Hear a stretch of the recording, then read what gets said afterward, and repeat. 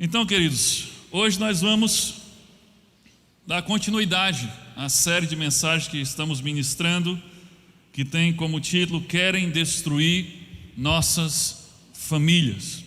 Hoje é a mensagem 4 dessa série, e hoje o título da mensagem é Criando Filhos à Luz da Bíblia. Criando filhos, sobre orientação da Bíblia. E tem tanta coisa a ser dita sobre esse assunto que eu não pude colocar em uma mensagem só. Então nós dividimos em 2 mensagens. Então ainda teremos mais uma mensagem falando sobre criar filhos à luz da Bíblia. E o nosso texto, vou dizer o nosso texto inspirativo aqui, é Jeremias capítulo 6, versículo 16. A princípio talvez você vai achar que não tem nada a ver com criação de filhos, mas depois você vai entender. Jeremias capítulo 6, versículo 16, diz assim: assim diz o Senhor. Então, reverência para o que o Senhor vai dizer. Ponham-se à beira dos caminhos e olhem, perguntem pelas veredas antigas, qual é o bom caminho, andem por ele, e vocês acharão descanso para a sua alma. Mas eles dizem: não andaremos nele. Vamos orar? Deus amado, em nome de Jesus, Pai, tem misericórdia de nós, tem misericórdia de mim, Deus, que estou aqui com a responsabilidade de levar a Tua palavra. Me enche do Teu Espírito Santo, me enche, Deus, de sabedoria e de autoridade espiritual. Fala através de mim nessa noite, e que cada pessoa ouvindo essa mensagem seja tocada pelo Teu Espírito Santo de uma forma que não possa resistir, seja tocada de uma forma que gere mudança, que gere transformação, tanto na sua forma de ver os seus filhos, como na forma de criar os seus filhos. Fala conosco, Deus, nós queremos ouvir a Tua voz, é assim que nós oramos e já Te agradecemos em nome de Jesus. E a igreja diz: amém, glória a Deus.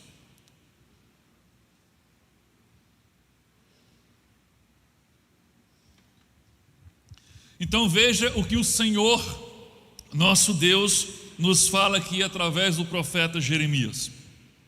Ele dá uma orientação, ele dá uma ordem, diz: ponham-se à beira dos caminhos. Ele está dizendo que existem vários caminhos.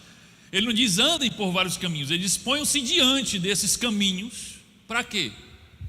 Para olharem. Ele diz: e olhem, observem todos esses caminhos, todas essas possibilidades de caminhos que estão diante de vocês. Aí ele dá outra ordem: depois que vocês tiverem olhado para todos esses caminhos, perguntem pelas veredas antigas, qual é o bom caminho, e trilhem e andem por esse bom caminho, e vocês acharão descanso para as vossas almas. Mas eles dizem: não andaremos por esse caminho que o Senhor está recomendando. Queridos, o que é que esse texto está dizendo? Primeiro, quando ele diz aqui, perguntem pelas veredas antigas. Veredas, você sabe que significa caminhos. Então veredas são caminhos, Talvez se você morou lá na roça, no interior, você aprendeu uma palavra parecida com essa, que era a tentativa de dizer veredas, e eles dizem o quê? Varedas, Vai pela vareda, tem uma varedinha. A varedinha normalmente é aquele caminhozinho estreito, onde não nasce mais o mato e tantas pessoas passarem por ali.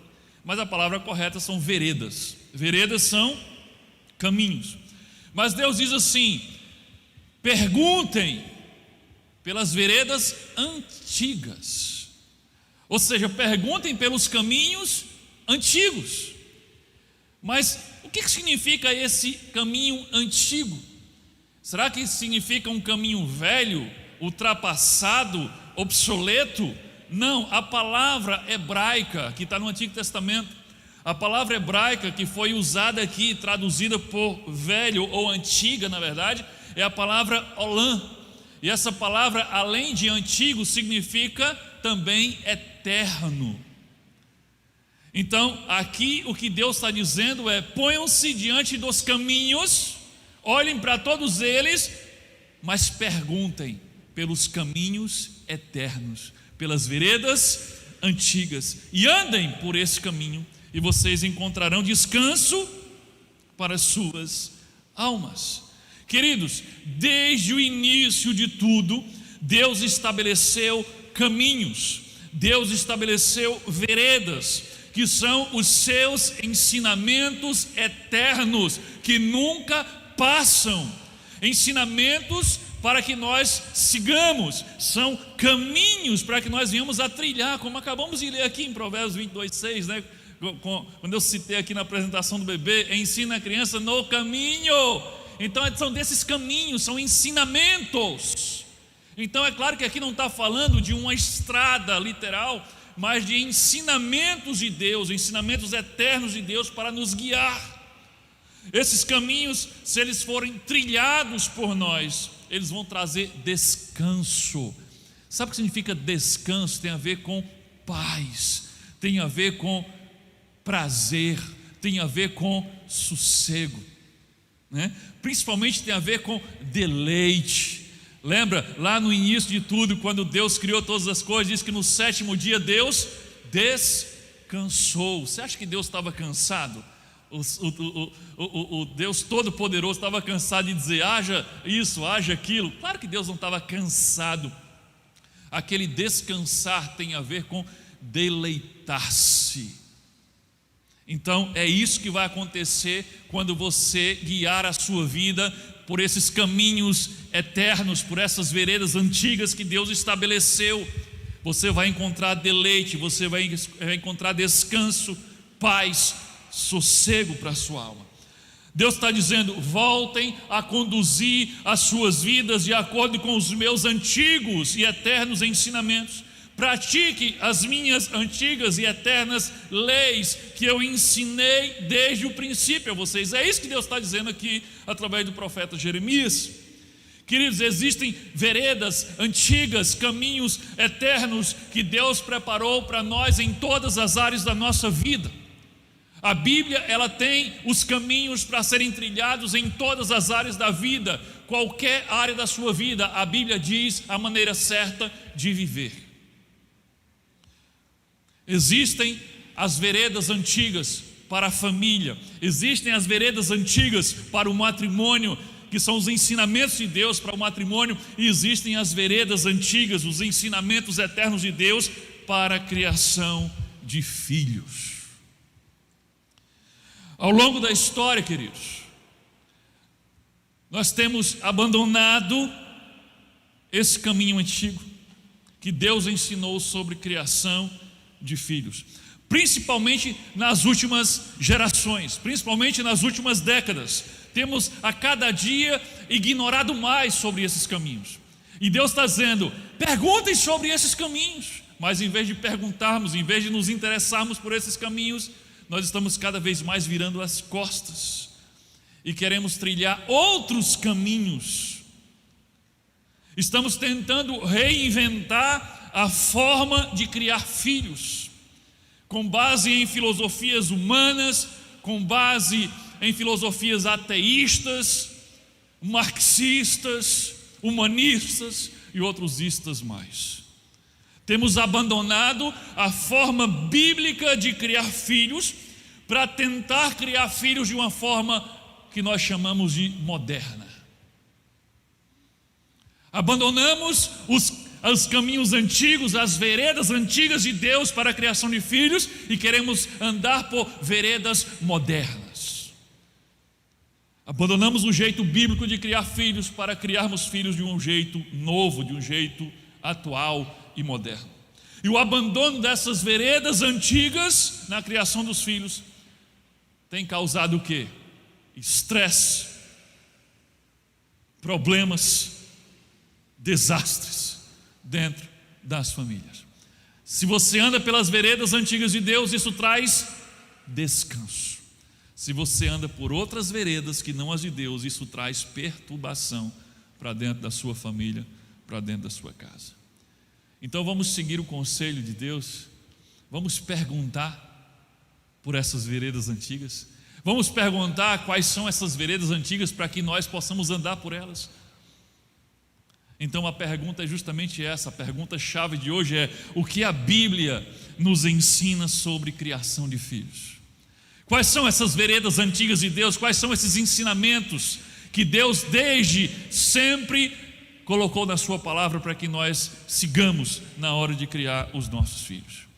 Vamos tirar aqui 3 verdades presentes nessas veredas antigas de Deus, ou seja, 3 verdades tiradas da Bíblia sobre como criar filhos.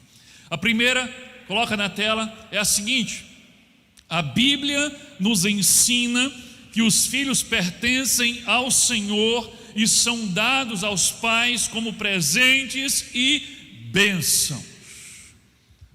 Não esquece disso. Você precisa acreditar nisso de todo o seu coração. A Bíblia diz, o Senhor diz, que os filhos que pertencem a Ele e são dados por Ele aos pais como herança, como presentes e como bênçãos. Queridos, nós estamos vivendo uma verdadeira guerra para decidir a quem pertencem os filhos. Se eles pertencem ao Senhor e foram confiados pelo Senhor aos pais, ou se os filhos pertencem ao Estado, ao governo, e esse tem o direito de dizer aos pais como eles devem criar seus filhos, e também o direito não só de intervir, mas de tomar os filhos dos seus pais. Estamos vivendo isso nos nossos dias. Mas o que é que a Bíblia fala? Agora vamos ver o que a Bíblia fala. Salmos 127, versículo 3, versículo 5, a parte A. Quanto aos seus filhos, atente, quanto a seus filhos, eles são herança do Senhor. Querido, você está criando seus filhos, Deus entregou ele a vocês, mas eles são herança de quem? Do Senhor. Significa que você vai criar eles para depois entregá-los a quem? Ao Senhor. Você já tinha pensado por esse ângulo? Às vezes o pessoal pensa assim, herança do Senhor quer dizer que eles são herança minha, não, herança do Senhor. Eles pertencem ao Senhor e Ele confiou a nós, mas Ele quer que nós entreguemos esses filhos de volta. Olha a responsabilidade.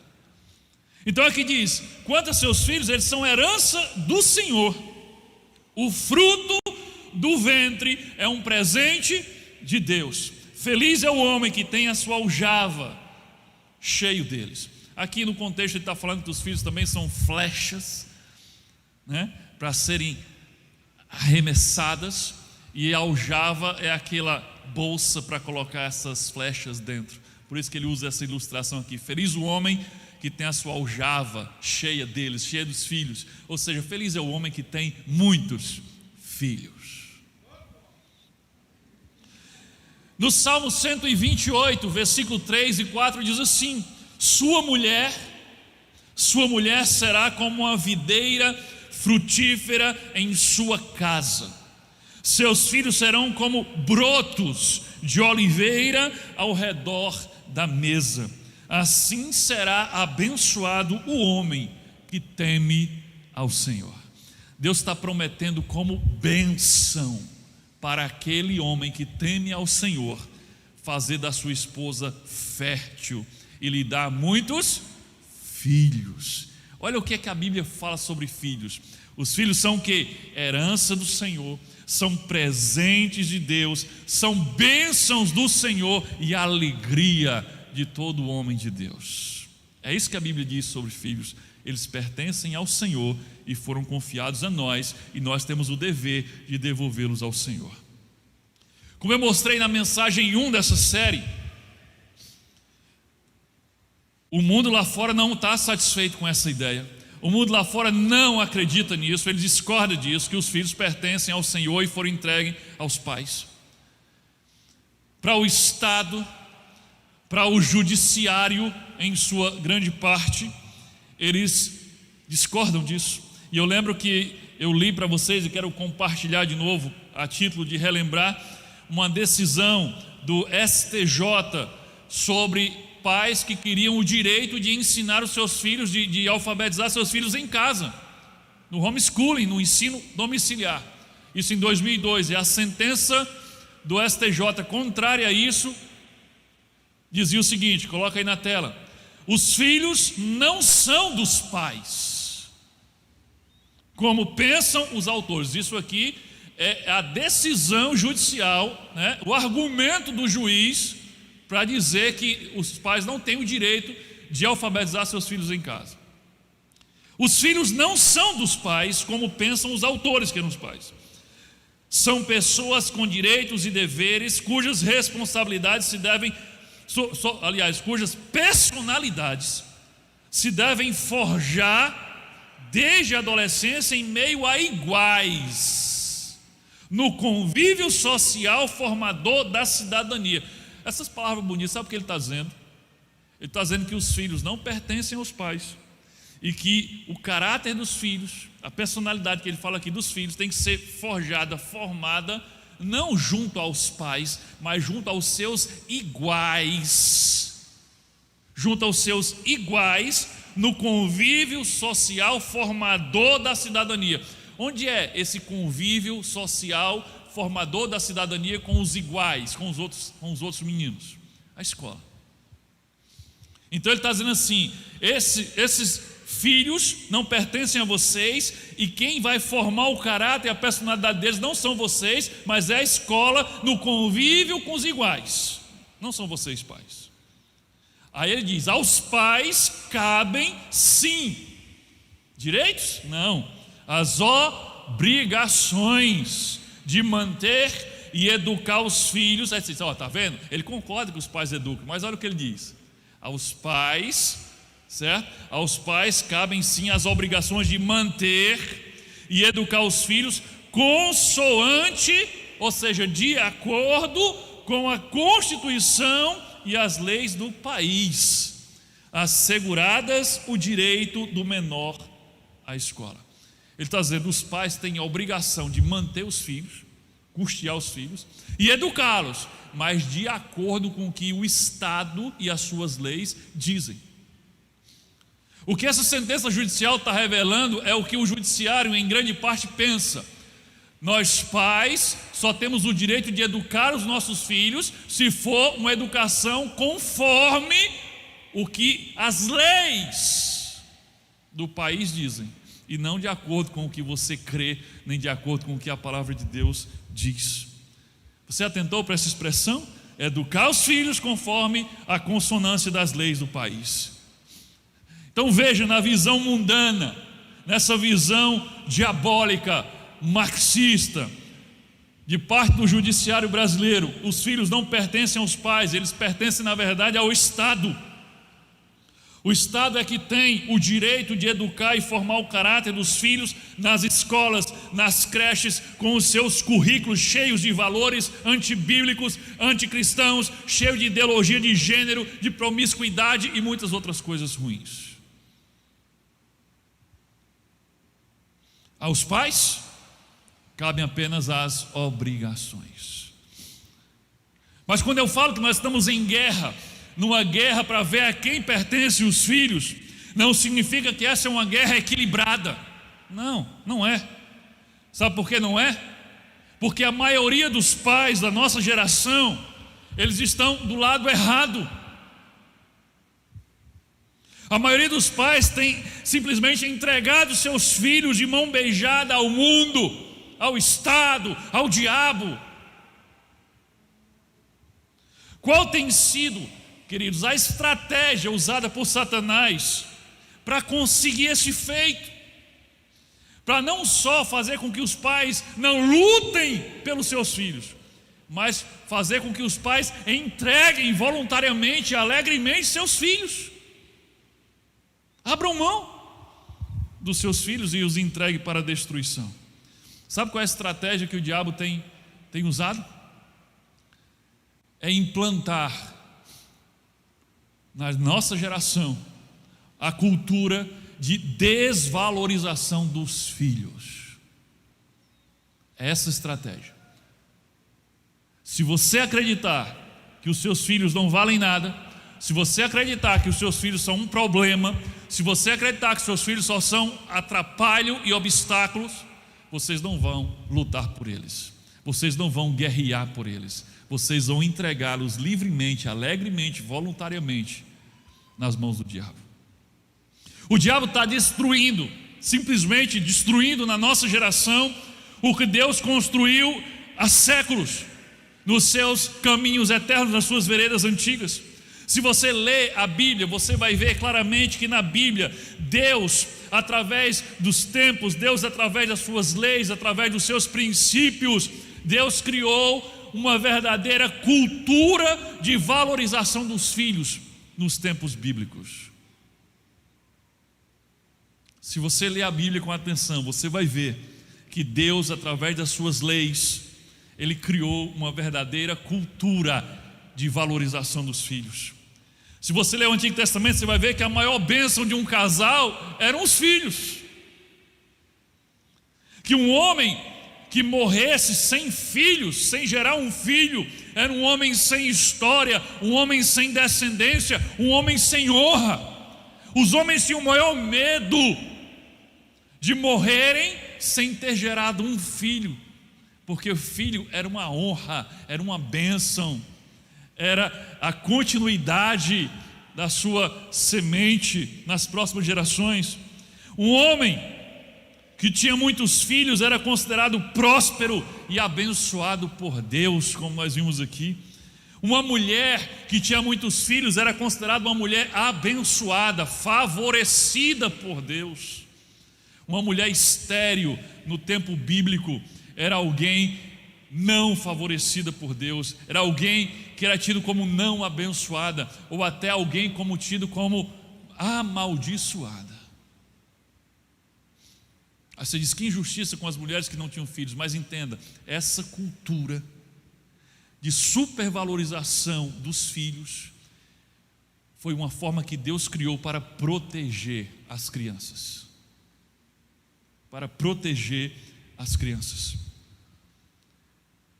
Ter filhos era a maior dádiva que alguém poderia ter. E não ter filhos era a maior maldição que alguém poderia ter.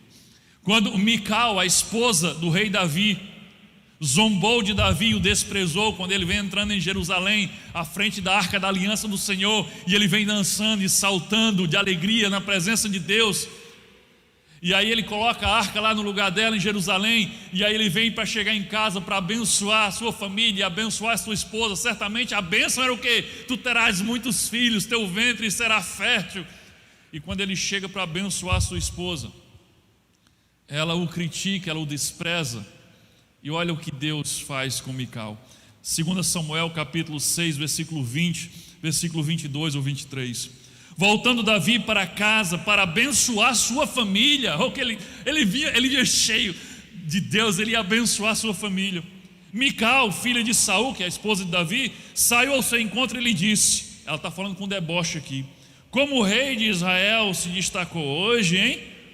Tirando o manto na frente das escravas e seus servos, como um homem vulgar. Como se fosse assim, você não se deu os respeito. Foi assim que ela falou com Davi. Você, o rei, não se dá o respeito. Saiu pulando, feito um moleque no meio da rua. Aí Davi diz, eu me rebaixarei ainda mais e me humilharei aos meus próprios olhos, mas serei honrado por essas escravas que você mencionou. Olha o que o texto diz.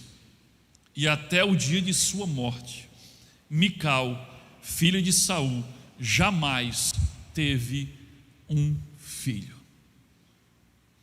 A mão de Deus pesou sobre ela, porque ela desprezou Davi na sua adoração a Deus. E o castigo que Deus lançou sobre ela, pensa assim, qual o maior castigo que poderia cair sobre ela? Tornar-se estéril, não ser capaz de dar luz a um filho. Era essa cultura de valorização do filho. A pior coisa que podia acontecer a uma mulher era ela não ser capaz de dar à luz um filho. As mulheres que não tinham filhos, elas suplicavam desesperadamente a Deus que lhes desse um filho. Vocês lembram da oração de Ana, esposa de Elcana? 1 Samuel capítulo 1, versículo 9 e 11, diz assim: Ana se levantou e com a alma amargurada, porque ela estava com a alma amargurada, porque ela não tinha filhos, chorou muito e orou ao Senhor, e fez um voto dizendo: ó Senhor dos exércitos, tu deres atenção, se tu deres atenção à humilhação da tua serva. Ela se sentiu humilhada por não ter filhos.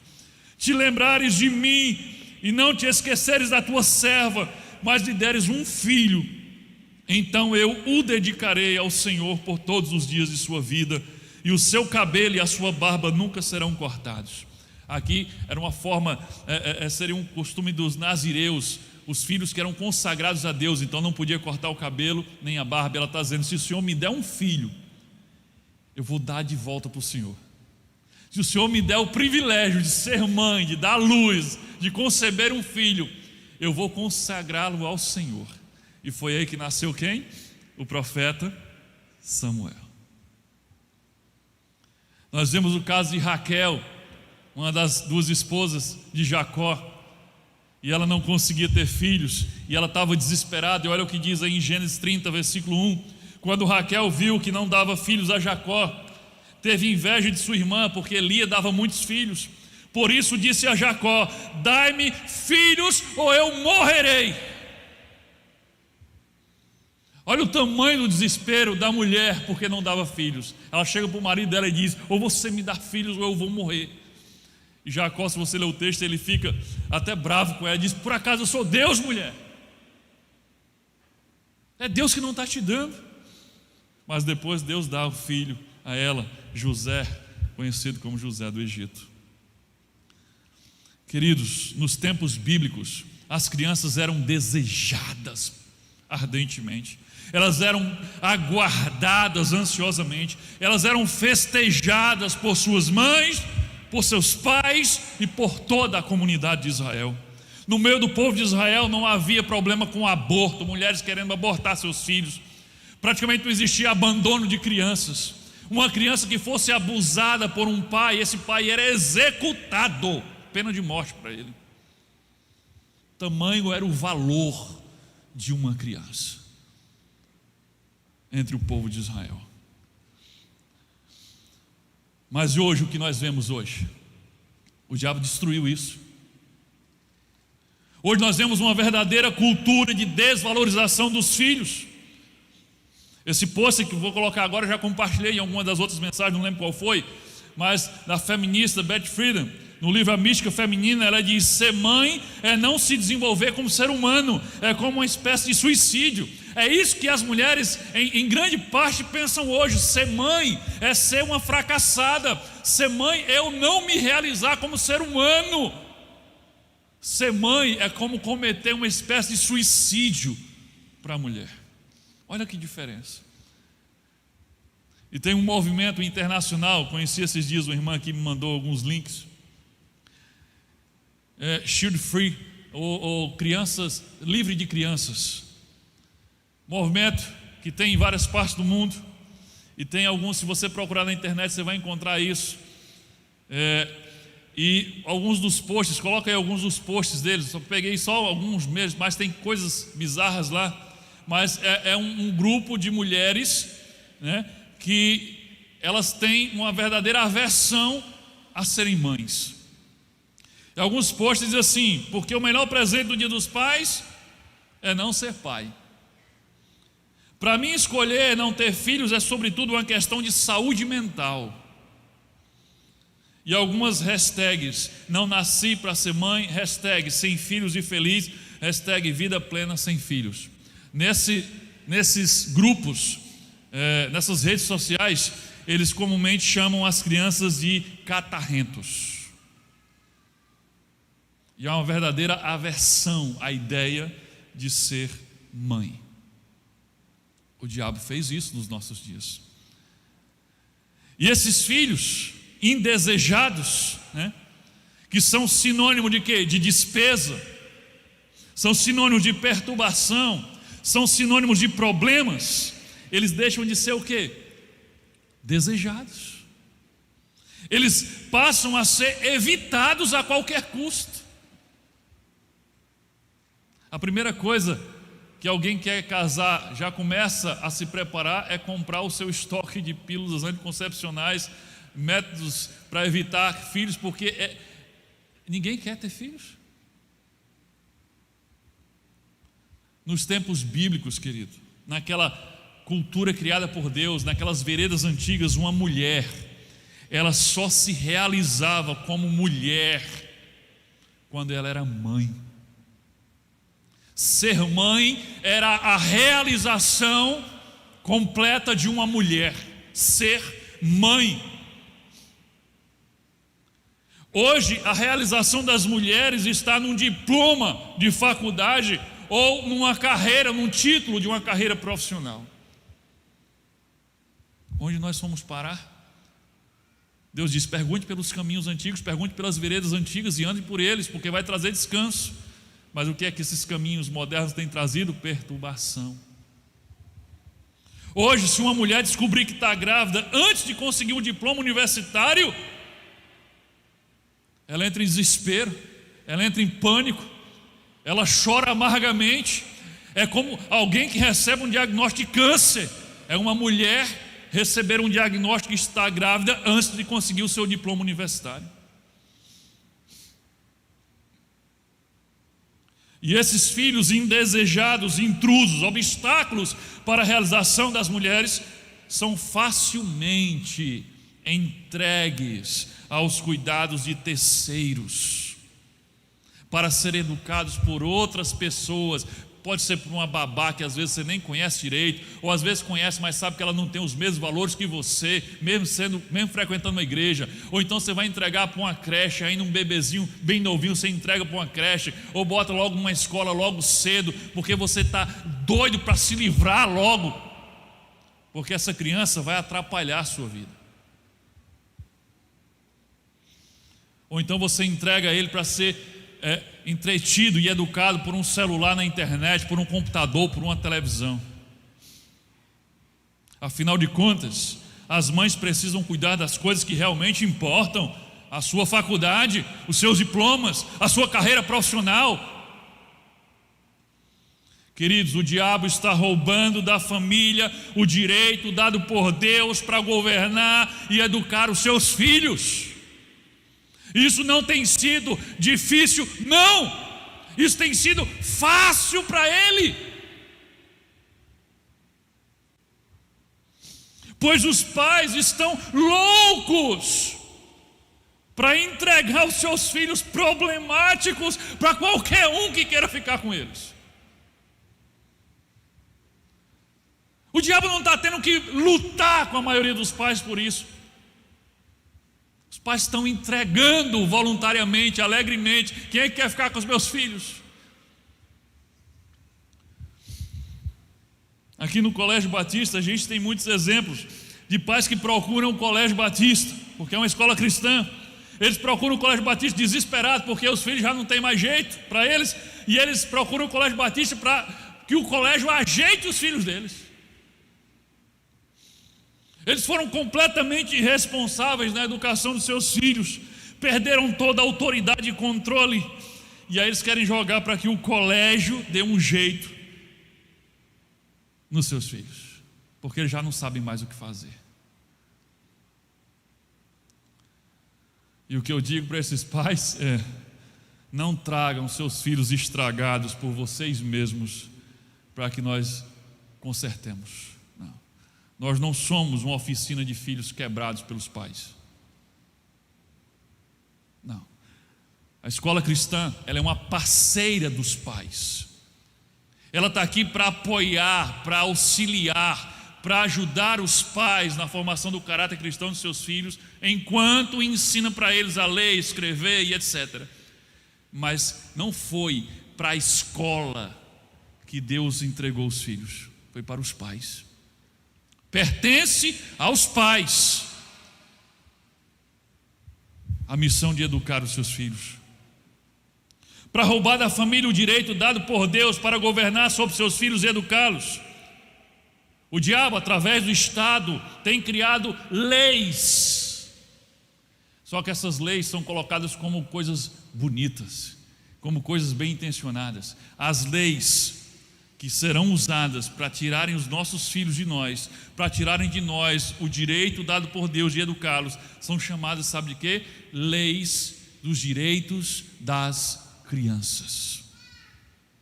Parece uma coisa bonita. Quem ousaria se levantar contra leis dos direitos das crianças? Quem pode ser contra o direito das crianças? Então eles apresentam leis dos direitos das crianças. As leis, conhecidas como direito das crianças, elas visam tirar os direitos dos pais. É isso que elas visam, tirar os direitos dos pais. Eles não estão preocupados em proteger as crianças, não. Se essas pessoas que fazem essas leis estivessem preocupadas em proteger as crianças, eles também estariam lutando contra toda a perversidade que tem sido implantada na nossa cultura e na educação. Eles não estão preocupados em proteger nossas crianças. Eles querem tirar os direitos dos pais. Eles querem diminuir a autoridade dos pais e aumentar a autoridade do Estado sobre os filhos. Preste atenção. O futuro das leis que tratam dos direitos das crianças, o futuro dessas leis é caracterizar como abuso dos pais o ato de criar seus filhos de alguma forma que o Estado, que o governo não aprove. No final das contas, o que essas leis vão fazer é isso: vão criminalizar os pais, vão acusá-los de abuso se eles resolverem criar seus filhos de uma forma diferente do que os especialistas dizem que os filhos devem ser criados. E atenção, já está chegando o dia que será considerado abuso ou até mesmo crime você criar os seus filhos de acordo com a palavra de Deus. Você duvida disso? Já existem leis para isso, mas elas chegam disfarçadas de leis que querem proteger as crianças. Coloca aí na tela aí, desde 2014 é proibido aos pais disciplinar fisicamente seus filhos. Isso aqui na época da discussão de 2014 ficou conhecido como a lei da palmada. É proibido dar uma palmada, dar um corretivo físico no seu filho. Desde 2014 a lei diz assim, a lei foi nomeada como o menino Bernardo. Ora, um menino que foi brutalmente, espancado pelos seus pais. Aí diz o seguinte: estabelece o direito da criança e do adolescente de serem educados sem o uso de castigo físico. Se você ler no ECA, o Estatuto da Criança e do Adolescente, a explicação sobre essa lei, o castigo físico aqui não pode haver castigo físico que provoque dor física. Ou seja, simplesmente é proibido você corrigir os seus filhos com disciplina física, porque a disciplina física ela tem que gerar dor. Você não vai espancar seu filho, você não vai criar marcas no seu filho. Mas se a disciplina física não gerar dor, não é disciplina física. Eu vou dar uma palmada no menino, mas eu tenho que dar uma palmada que não faça dor. Para que eu vou alisar ele? E você sabe, eu não vou falar sobre isso hoje, mas você sabe que a Bíblia claramente diz: não retires a vara da disciplina dos teus filhos, porque ela pode livrar o teu filho do inferno. Mas o Estado está dizendo: tire a vara da disciplina do seu filho, senão vamos prender você. Então você está vendo que se você aplicar essa vereda antiga de Deus na criação dos filhos, você pode ser condenado, você pode ser acusado de abuso, de agressão, sofrer sanções e até mesmo perder a guarda dos seus filhos. Você percebe como isso já é uma realidade? Isso vai proteger os filhos? É claro, espancar filhos sempre foi errado. Não precisava criar uma lei nova. Se um pai espancar o filho, ele já ia responder diante da lei por maus tratos, ainda mais por um indefeso. Mas essa lei vem travestida de proteção da criança de pais violentos, mas ela na verdade está tirando dos pais o direito de ensinar os seus filhos e discipliná-los à luz do que a palavra de Deus diz. E o que dizer do ECA então? O ECA é um verdadeiro ECA, né? O Estatuto da Criança e Adolescente é um negócio, não sei nem que adjetivo usar, é um ECA mesmo. Já começa nas primeiras páginas definindo o que são crianças e adolescentes. Não está aí na tela, mas diz assim, no artigo 2º: considera-se criança, para os efeitos desta lei, a pessoa até 12 anos de idade incompletos, e adolescente, aquele entre 12 e 18 anos. Aqui não está dizendo, a gente supõe que sejam também 18 anos não completos, mas aqui já dá brecha, do jeito que está escrito, dá brecha para o de 18 ser considerado adolescente, para ser beneficiado por todas as leis do ECA. E você sabe o que um jovem de 15, 16, 17, 18 anos é capaz de fazer. Ele é capaz de fazer todo o mal que um homem é capaz de fazer, mas ele é protegido por leis de crianças.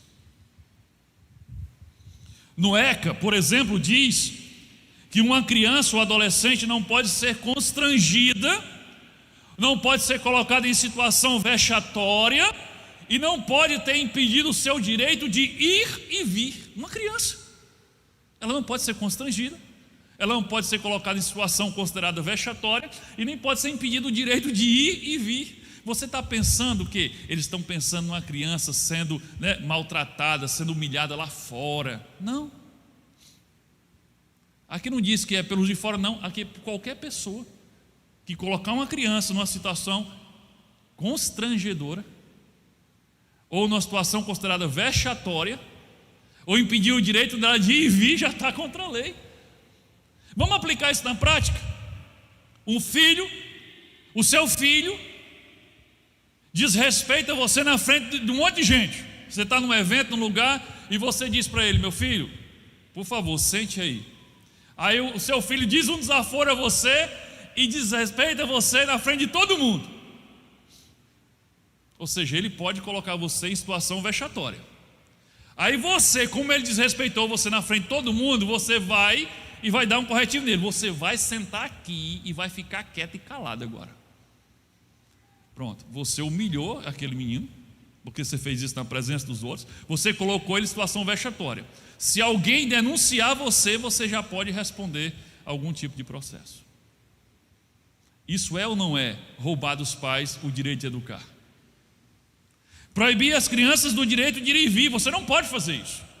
O Estado pode proibir você de trabalhar, pode proibir você de vir para a igreja por causa de pandemia, mas o pai não pode impedir o filho de ir e vir. Isso significa que se o teu filho quiser ir para a praça junto com um bocado de maconheiro e você disser que ele não vai, você está errado. Se teu filho disser: eu vou para a balada com os meus amigos, você não vai, você está impedindo o direito dele de ir e vir. Ou você acha que isso não se aplica aqui?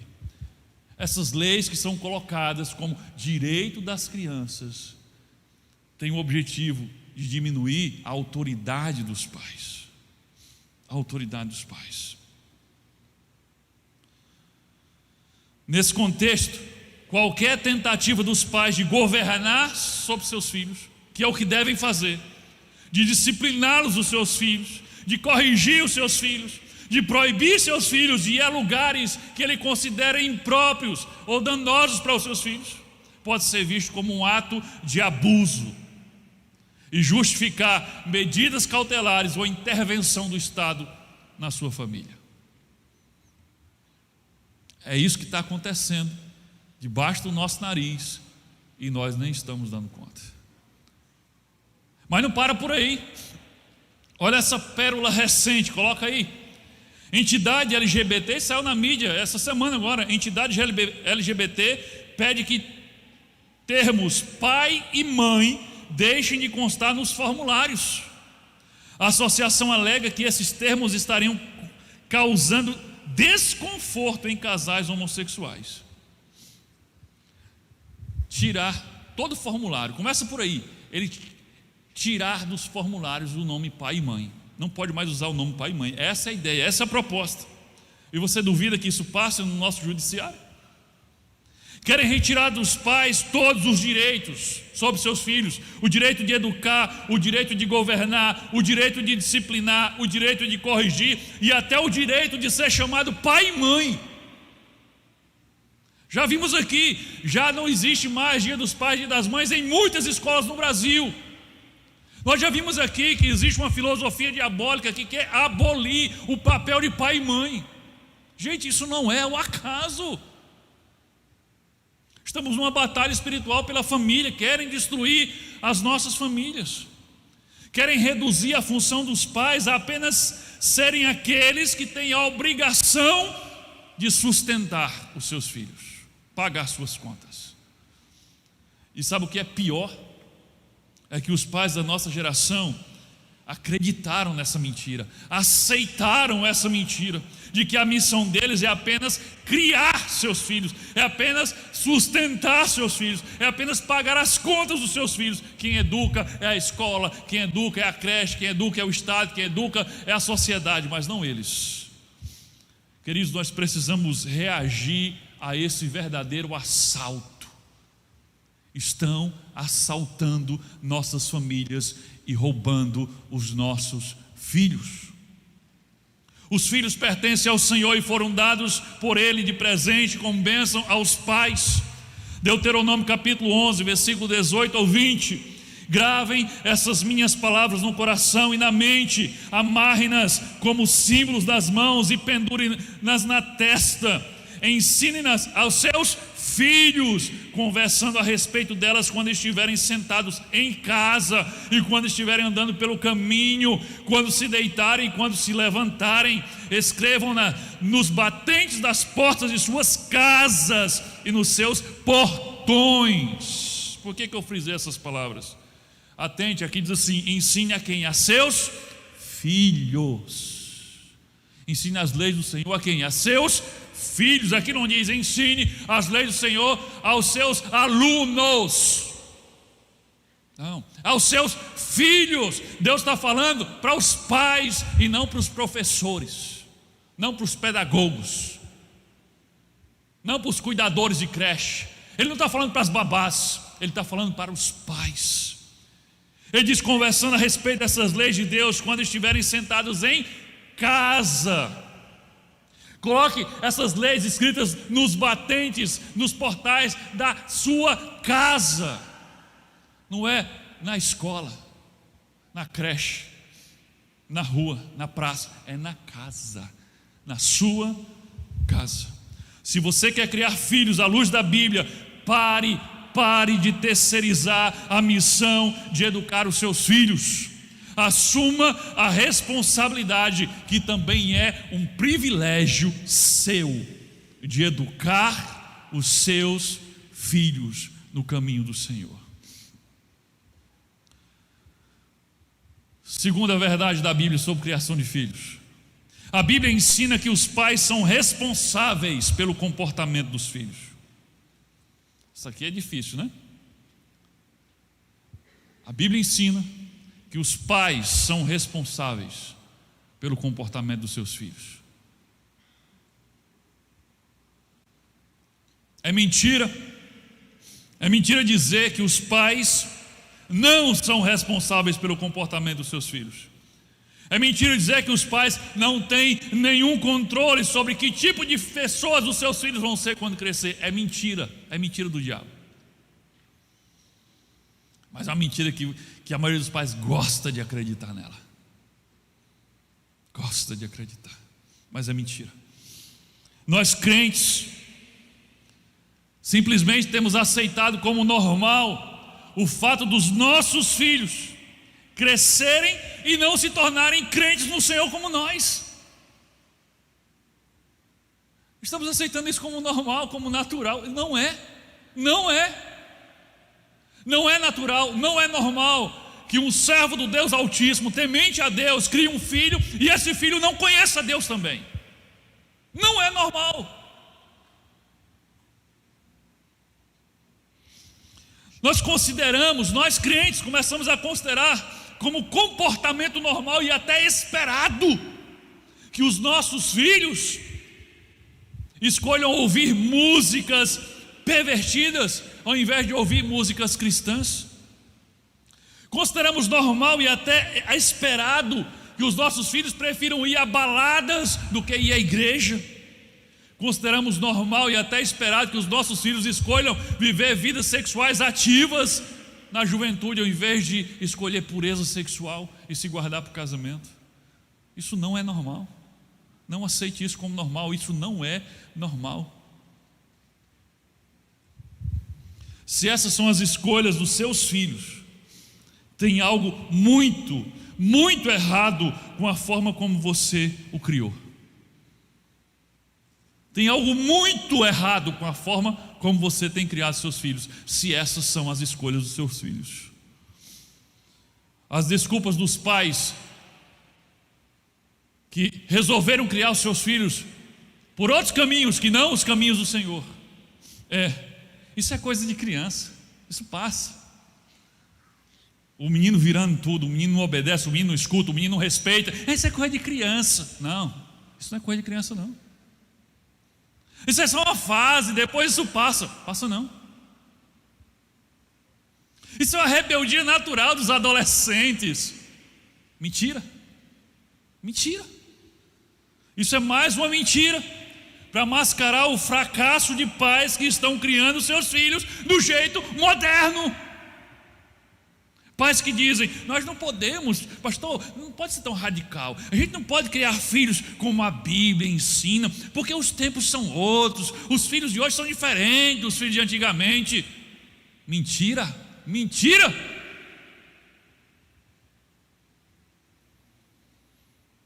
Então você está dizendo que os tempos mudaram, que as crianças mudaram, e por isso a forma de criar os filhos tem que mudar também? É isso que você está dizendo?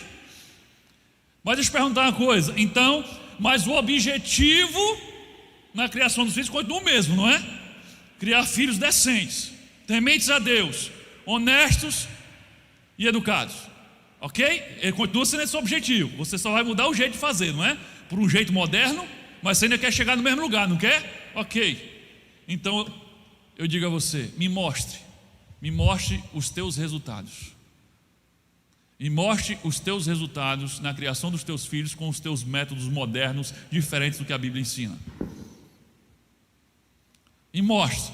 Você tem conseguido alcançar os mesmos resultados dos métodos antigos e eternos de Deus? Com esse seu jeito moderno de criar filhos? Os seus filhos respeitam você em tudo? Eles são educados? Eles são tementes a Deus? Eles amam o Senhor? Não? Estranho isso, porque esse método moderno deveria ser eficiente, né? Queridos, há 20, 30, 40 anos atrás, né? Redundância, já está dizendo que atrás. As travessuras dos filhos na escola, em sua maioria um pai era chamado na escola por uma reclamação do seu filho. Normalmente o seu filho está conversando muito durante a aula. Seu filho está bagunçando muito durante a aula, está atrapalhando a aula. Era assim. O seu filho se envolveu numa briga com um coleguinha no recreio. Os meninos fazem bolinha de papel e ficam jogando no outro, jogando no quadro, durante a aula. Normalmente era isso. Mas com esse método moderno de criação de filhos, onde os filhos são cheios de direitos, mas nenhuma responsabilidade, onde os filhos têm cheios de direitos, mas não têm limites. Hoje, as travessuras na escola incluem o uso de drogas, inclui transar no banheiro da escola, inclui vir armado para a escola, inclui agredir professores. Aí você vai me dizer que esse método moderno dá resultado? Isso é mentira.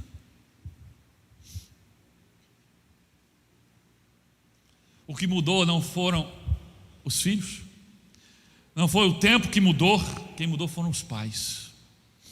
Esse é o problema. Quem mudou foram os pais. Nós viramos as costas para Deus e nós mesmos, cristãos, nós passamos a ignorar tudo o que Deus nos tem ensinado sobre criação de filhos. A coisa mais rara hoje é você encontrar um pai e uma mãe crente que criam seus filhos à luz da Bíblia. Sabe o que nós temos que fazer? Nós pais cristãos, nós temos é que nos arrependermos. Temos que nos arrependermos como pais. Temos que botar o nosso rosto em terra e pedir perdão a Deus, porque pecamos, porque falhamos na hora de criar os nossos filhos segundo as veredas antigas do Senhor. Querido, é pesado, é ruim você descobrir que você é parte do problema, que você tem culpa na perdição dos seus filhos. Mas tem um lado bom nisso, é que se você tem culpa e parte na perdição deles, também significa que está nas suas mãos chaves para mudar a vida do seu filho. Você precisa reassumir o controle. Pare de andar nesse trem desgovernado, onde os filhos é que pilotam o trem, e vocês ficam: Senhor, tem misericórdia, tomara que o trem não bate, tomara que o trem não saia dos trilhos. Você tem que assumir o controle. O que é que a Bíblia diz sobre criação de filhos, querido? 1 Timóteo capítulo 3, versículo 4. Deve ser um bom chefe de família, olha a segunda parte, e saber educar os seus filhos de maneira que eles lhe obedeçam às vezes. É isso aí? Lhe obedeçam com todo respeito. Paulo aqui está falando sobre as qualificações, sobre os pré-requisitos para alguém ser pastor de uma igreja, para alguém ser líder de uma igreja. E ele começa dizendo: esse homem, ele tem que governar bem a sua casa, e ele tem que criar seus filhos de uma maneira, educar os seus filhos de uma maneira que os seus filhos lhe obedeçam com todo respeito. Agora deixa eu perguntar para você uma coisa: se os pais não têm como controlar o comportamento dos filhos, se os pais não têm culpa alguma sobre o que os filhos vão fazer com a vida deles, por que é que Deus impediria um homem de ser pastor porque os filhos dele aprontam, porque os filhos dele são irresponsáveis, não temem ao Senhor, faz tudo errado? Era justo punir esse pai por uma coisa que eles não têm controle algum? Quando Deus diz: esse é o pré-requisito, que você eduque seus filhos de forma que eles lhe respeitem e lhe obedeçam, é porque você tem nas suas mãos a chave para moldar o caráter e o comportamento dos seus filhos. É por isso que você é responsabilizado por Deus. É exatamente isso que Paulo está dizendo. É responsabilidade dos pais ensinar seus filhos a lhe respeitarem, a lhe obedecerem. Escute, se seus filhos são rebeldes, se seus filhos são desrespeitosos e desobedientes com você, a culpa é sua. Pare de buscar culpado no outro canto. A culpa é sua, porque a Bíblia diz que era você que tem que criar os seus filhos e educar de uma forma que eles lhe obedeçam e lhe respeitem. Eu fico invocado: pastor, eu vou trazer meu filho para você conversar com ele, porque esse menino não me respeita mais. Eu fico doente. Como assim? É você que tem que ensinar ele a respeitar você. Se o seu filho não respeita você, eu duvido que ele respeite o pastor.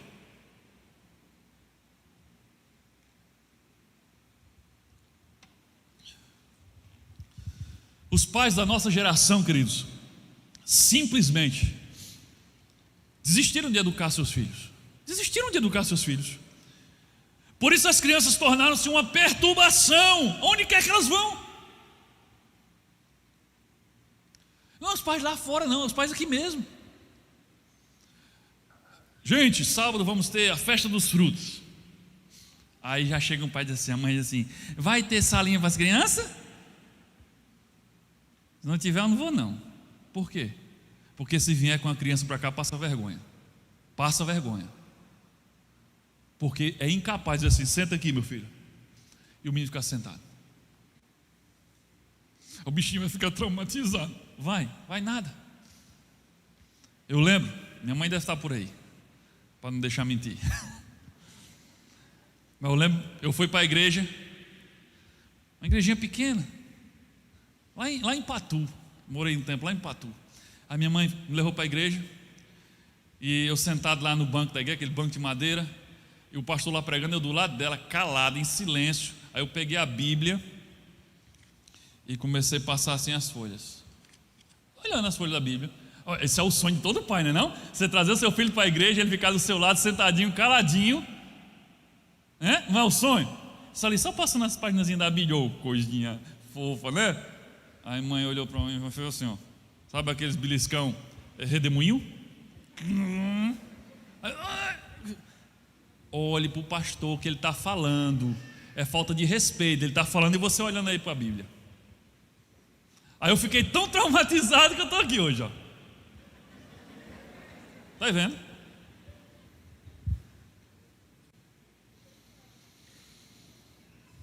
Aí os filhos, os pais desistiram de educar seus filhos, e aos seus filhos viram uma perturbação em todo canto que chegam. É no condomínio que mora, eles bancam o terror, é no shopping, é no supermercado, derruba tudo, sai esperneando, aquela gritando, é no restaurante, quando vão no restaurante o menino não para, no ônibus, no avião, tem gente que só pode dizer, ô motorista, para aí que eu quero descer.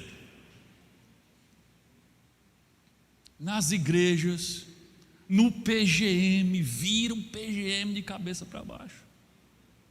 E o pai, não é meu filho não, nem sei quem é. Ele finge que não é dele, na hora de ir embora não. Mas ele finge que não é dele.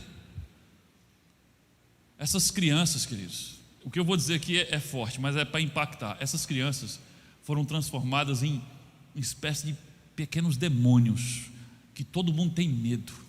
Vixe, aí os filhos de fulano, esconde as coisas, tira as coisas do armário, vai derrubar tudo, vai quebrar tudo. Olha mais essa passagem bíblica, agora que eu já li hoje, né? Provérbios 22:6, eu citei na apresentação do bebê. Olha só o que diz aqui, Provérbios 22:6. Eduque a criança no caminho que deve andar, e até o fim da vida não se desviará dele. Você crê nisso aqui? A maioria não crê não. Esse versículo tem uma poderosa promessa, irmãos. Uma poderosa promessa de Deus. Está dizendo: se você educar seu filho do jeito certo, nas veredas certas, no caminho de Deus, ele não vai se desviar desse caminho até o fim da vida dele. Isso é uma promessa de Deus. Está condicionada. É uma condição com a promessa. Eduque seu filho no caminho certo, e ele não vai se desviar até o fim da vida. Querido, você não pode moldar a personalidade do seu filho, mas Deus claramente está prometendo que nós podemos moldar o caráter do nosso filho. Personalidade tem a ver com a forma como Deus o fez, mas o caráter tem a ver com os valores que vão nortear as suas ações e decisões ao longo da vida. Pense um pouco, por que é que Deus perderia o tempo dele em dar tantas instruções sobre como devemos criar nossos filhos? Você tem ideia? Só em Provérbios tem 41 versículos destinados a ensinar os pais a criar seus filhos. Por que é que Deus perderia tanto tempo com tudo isso, se nada disso fizesse diferença em quem nossos filhos vão se tornar? Faz sentido isso? Será que Deus está mentindo? Será que a gente não tem controle nenhum sobre o comportamento dos nossos filhos? Será que nós não temos controle nenhum sobre quem nossos filhos vão se tornar? Será que somos passageiros nesse trem desgovernado? Deus está mentindo? Não, Deus não está mentindo. Somos nós que esquecemos das veredas antigas de Deus. Se você levar a sério a ordem de Deus, de temer ao Senhor, de ensinar o temor do Senhor aos seus filhos, as promessas dele se cumprirão sobre você e sobre seus filhos. Eles serão justos e serão abençoados e serão salvos em nome de Jesus. Terceira verdade, e a última, que vamos extrair hoje da Bíblia sobre criação de filhos. A Bíblia ensina que temos que criar filhos para vencer o mundo e não para vencer no mundo. Você consegue perceber a diferença? Você não cria filho para vencer no mundo, ser um vencedor no mundo. Você cria filho para vencer o mundo. O mundo é esse sistema corrompido que rege a nossa sociedade. Mesmo pais evangélicos, pais crentes, eles ignoram completamente que a principal tarefa deles como pais é preparar seus filhos para a eternidade e não para essa vida terrena. Isso eu digo com toda certeza. A maioria dos pais crentes ignoram essa verdade, de que a principal missão deles é criar filhos para a eternidade. Lembra? Filhos são herança. Eu pergunto: os teus filhos são herança do Senhor? O Senhor vai tê-los de volta quando eles morrerem? Eles conhecem a Deus, temem ao Senhor, vão para o céu, vão passar a eternidade com Deus. Você vai devolver eles para o Senhor como herança do Senhor? Os pais crentes ignoram outra verdade. Os homens e mulheres que mais marcaram a história nessa vida terrena eram justamente os que tinham os olhos fixos na eternidade e não os que tinham o coração nas coisas desse mundo. Você está aí querendo preparar seu filho para vencer na vida, para vencer no mundo, para ser famoso, para ser rico, para ser não sei o quê. Mas os que fizeram diferença nesse mundo são aqueles que tinham o olho na eternidade e não nas coisas desse mundo. Então, quando você prepara o seu filho para a eternidade, automaticamente você está preparando seu filho também para viver aqui. Agora, os filhos que são preparados apenas para vencer aqui, eles não vão estar na eternidade com você. Pais, a sua missão, a missão que Deus deu a vocês, não é criar um engenheiro. A missão que Deus deu a você não é criar um advogado, um juiz, um médico. Não, para com isso. Tem muitos pais que o maior sonho deles para os filhos é que ele seja médico, que ele seja advogado, que ele seja juiz, que ele seja um capitão, um major. A missão que Deus nos deu é de criar homens e mulheres de Deus, que amem e temam ao Senhor, que sejam justos em todos os seus caminhos, que estejam prontos para a eternidade. Essa é a sua e a minha missão como pai. Veja o que aconteceu à nação de Israel quando os pais de uma geração falharam completamente nessa missão. Falharam completamente em transmitir o conhecimento e o temor do Senhor para os seus filhos. Olha o que aconteceu. Juízes, capítulo 2, versículo 10 ao 12. Foi também congregada a seus pais toda aquela geração. Essa palavra bonita está dizendo assim: os pais todos morreram. Uma geração morreu. E outra geração após eles se levantou. A geração de quem? Dos filhos dos que morreram. Outra geração se levantou que não conhecia o Senhor, nem tampouco as obras que fizeram a Israel. Então fizeram os filhos de Israel o que era mal perante o Senhor, pois serviram aos Balaíns, deixaram o Senhor, Deus de seus pais, que os tirara da terra do Egito, e foram-se após outros deuses, dentre os deuses das gentes que haviam ao redor deles, e os adoraram e provocaram o Senhor a ira. Uma geração que conhecia a história de que Deus os tirou do Egito, abriu o mar vermelho, os sustentou por 40 anos no deserto, lhes deu vitória em todos os exércitos de Canaã. Essa geração simplesmente não passou isso para os seus filhos. Surgiu uma geração de filhos que não conhecia o Senhor e nem conhecia os feitos do Senhor. Não amavam o Senhor, não temiam o Senhor, não adoravam o Senhor. E essa geração despertou a ira do Senhor. Uma geração falhou em transmitir o conhecimento de Deus aos seus filhos, e por isso levantou-se uma geração que não conhecia e não servia o Senhor. Queridos, é exatamente isso que está acontecendo em nossos dias hoje.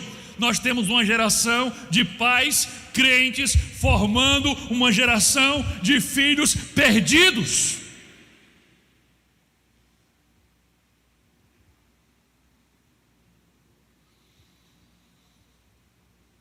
Você acha que aquela geração de Israel que falou agora no texto, que se levantou, aquela geração de filhos que se levantou depois daquela geração de pais que conheciam o Senhor, você acha que aquela geração de filhos, eles eram um bando de retardado?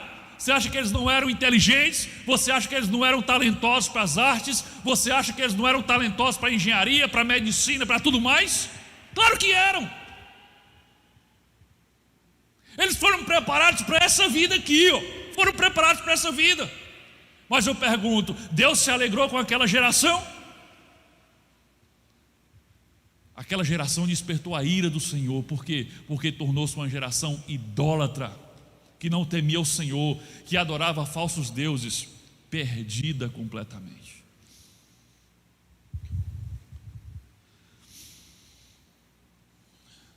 Mesmo no nosso meio, temos pais crentes que sonham prioritariamente,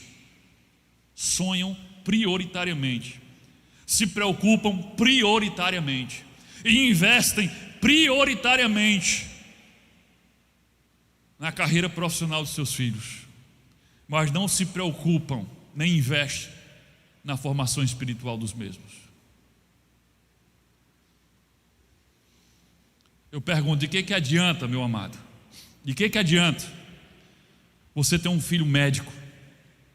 De que adianta você ter um filho engenheiro, arquiteto, advogado, promotor, juiz, mas que não conhece a Deus, que é ateu, que é cético, materialista, humanista, e que vai passar a eternidade toda no inferno?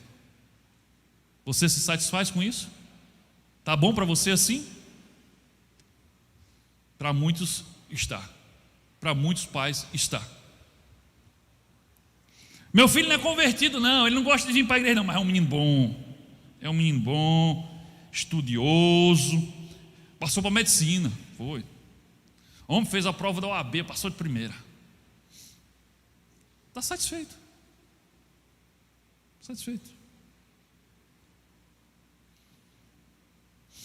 Todos os anos eu vejo pais crentes dispostos a pagar uma pequena fortuna para matricular seus filhos em escolas que têm a fama de aprovar alunos no vestibular.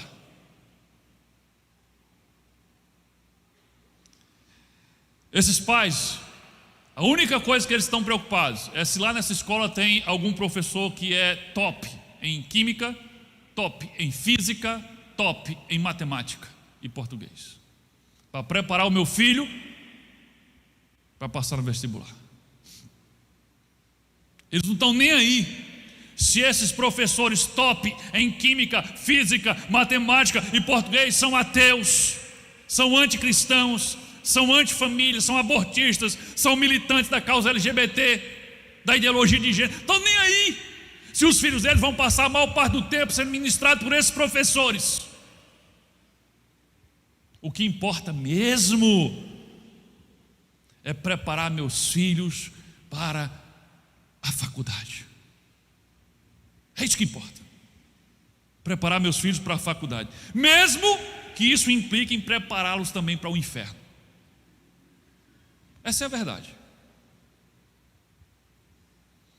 Deixe-me questionar algo que na nossa geração é inquestionável. Deixe-me chutar aqui um ídolo da maioria das pessoas do nosso tempo, inclusive dos crentes. O nome desse ídolo, desse Deus com D minúsculo, que muita gente se prostra diante dele, chama-se universidade, chama-se faculdade. Esse é um ídolo que as pessoas se prostram diante dele nos nossos dias. Quem ousa questionar a universidade? Eu vou questionar. Nós fomos condicionados a acreditar que a melhor coisa, o melhor investimento que eu posso dar para os meus filhos é enviá-los o mais rápido possível para a universidade. Então o menino começou o ensino médio, já bota logo na escola top, famosa, para se preparar, meu filho vai fazer logo faculdade. Top. Como se o sucesso na vida de alguém dependesse de um diploma universitário, e o mais cedo possível, para não atrasar a vida do bichinho. Agora pensa comigo, vê se isso não é uma coisa sem lógica. A maioria dos pais hoje, que são bem-sucedidos, que têm condições hoje de pagar a faculdade para os seus filhos, muitos deles nem faculdade fizeram. Muitos deles que fizeram faculdade depois de estarem estabelecidos na vida e terem o dinheiro para pagar a sua própria faculdade. Muitos deles fizeram faculdade depois dos filhos já estarem grandes. E hoje são bem-sucedidos ao ponto de terem condições de mandar o filho para a faculdade logo cedo. E você achando, acreditando que precisa mandar o seu filho logo, urgente para a faculdade para que ele seja bem-sucedido, porque senão eu vou ser culpado de ter estragado a carreira profissional do meu filho. Isso é um ídolo. Isso é um ídolo moderno que os crentes se prostram do mesmo jeito que os não crentes se prostram diante deles. A maioria dos jovens fracassados e frustrados que nós conhecemos fizeram o contrário desses pais bem-sucedidos. Eles foram para a faculdade logo cedo, com o dinheiro dos pais, tem um diploma, mas não chegam em lugar nenhum. A faculdade não é garantia de sucesso, querido. Não é. Eu não estou dizendo que seu filho não deve fazer faculdade, eu estou dizendo, pare de se prostrar diante desse Deus chamado universidade. Pare de ficar ansioso para empurrar o seu filho com 17, 18 anos incompleto dentro de uma faculdade. Para com isso. Você acha que a melhor coisa que você pode fazer para o seu filho de 17 anos é jogar ele dentro da Universidade Federal? Meu filho passou na Universidade Federal. Que idade ele tem? 17. Misericórdia. Misericórdia. Que Deus tenha misericórdia do seu filho.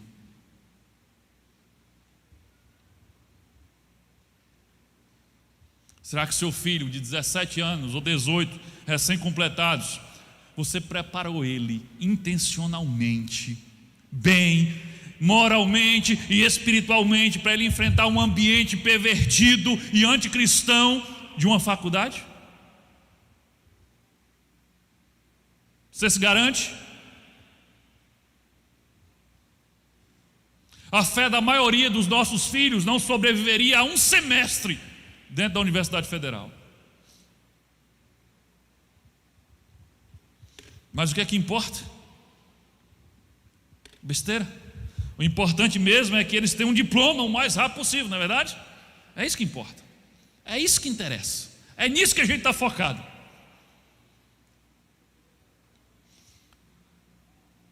Querido, o que eu quero dizer para você é: abra os olhos, avalie, não vá seguindo a multidão cegamente, avalie.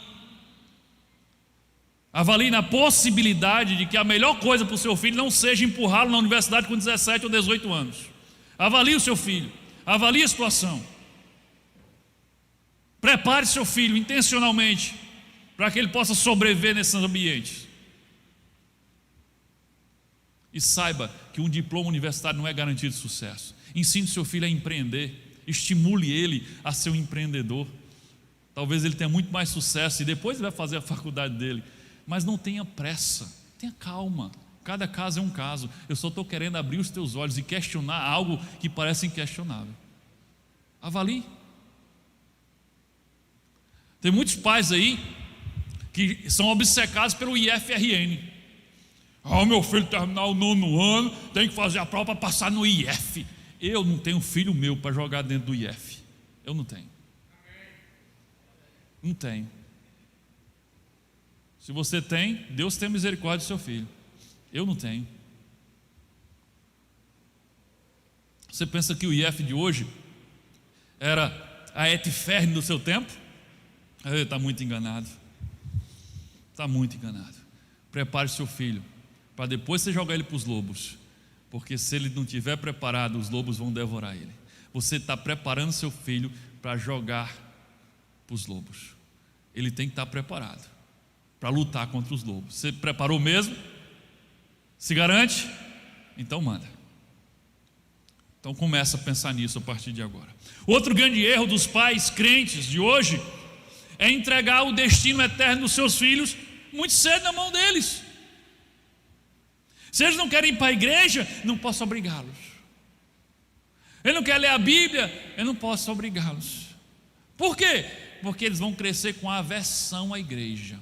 Eles vão crescer com aversão a Deus. Então é melhor não obrigá-los. Eu pergunto, quando teu filho está doente, tem que tomar um remédio, e teu filho diz, cara, não. Você deixa ele decidir? Abra a boca, segura aqui, Fernando. Não é assim? Ou não é assim? O teu filho diz, pai, eu estou com preguiça, eu não quero mais estudar não. Tu diz, está certo meu filho, não precisa ir mais para a escola não. É assim que tu diz? Vai para a escola sim, não é? Vai sim para a escola. Você deixa ele decidir, desistir dos estudos. Um menino de 7, 8, 9, 10 anos, 13, 14, 15 anos, você deixa ele desistir dos estudos? Não, deixa nada. Ora, se você não deixa o seu filho tomar decisões sobre a educação, sobre a saúde dele, porque você sabe que ele não tem maturidade para tomar decisões importantes e sérias, por que você acha que alguém que não tem maturidade para tomar decisões sobre os estudos e sobre a saúde tem maturidade para tomar decisões sobre onde ele vai passar a eternidade? Para tomar decisões sobre a sua espiritualidade, sobre a sua fé, sobre Deus. Por que você acha? Por que você entrega tão cedo o destino eterno dos seus filhos nas mãos dele? E os outros destinos você não entrega?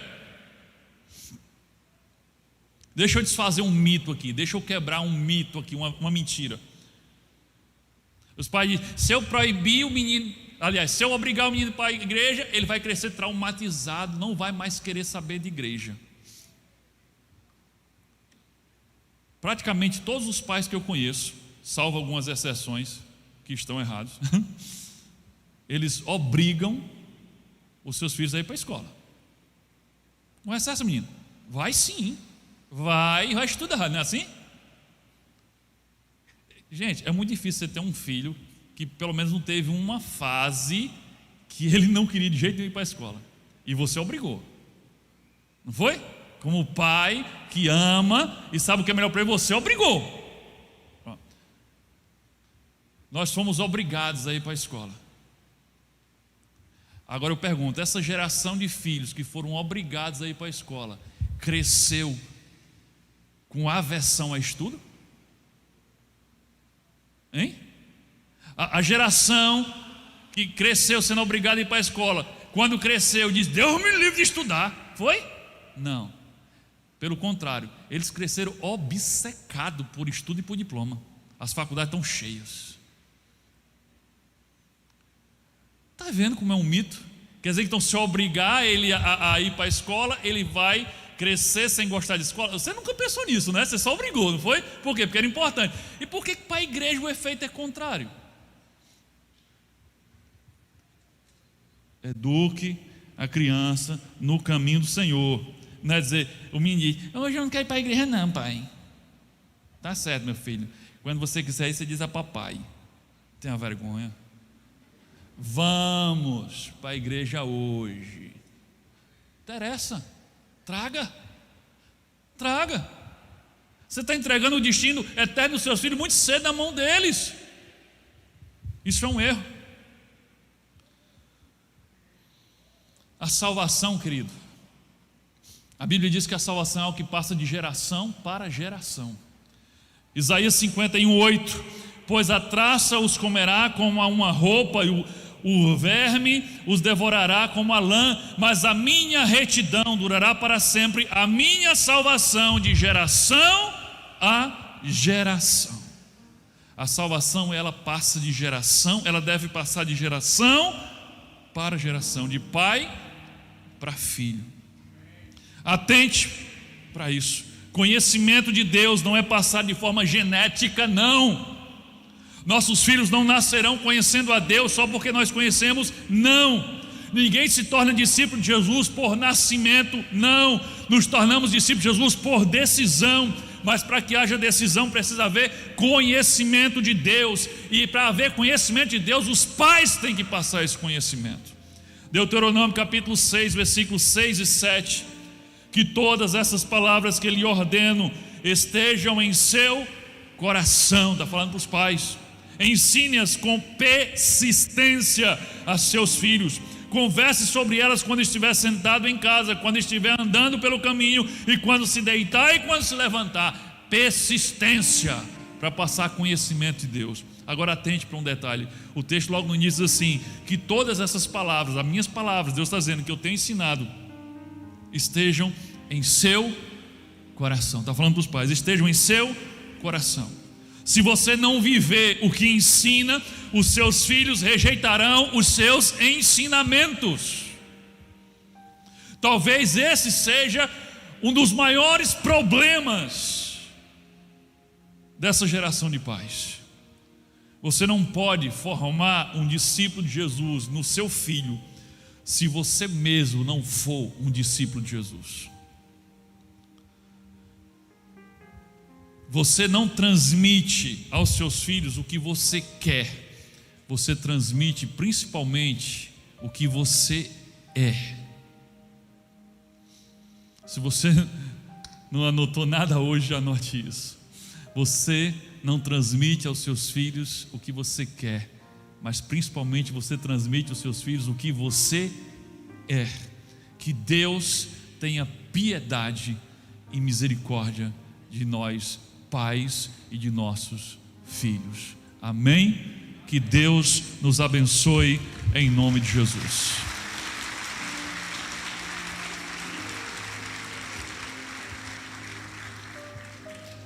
Fique em oração, querido. Fique em oração. Querido, sem perder tempo, eu quero dar oportunidade a você que está aqui hoje e não é discípulo de Jesus.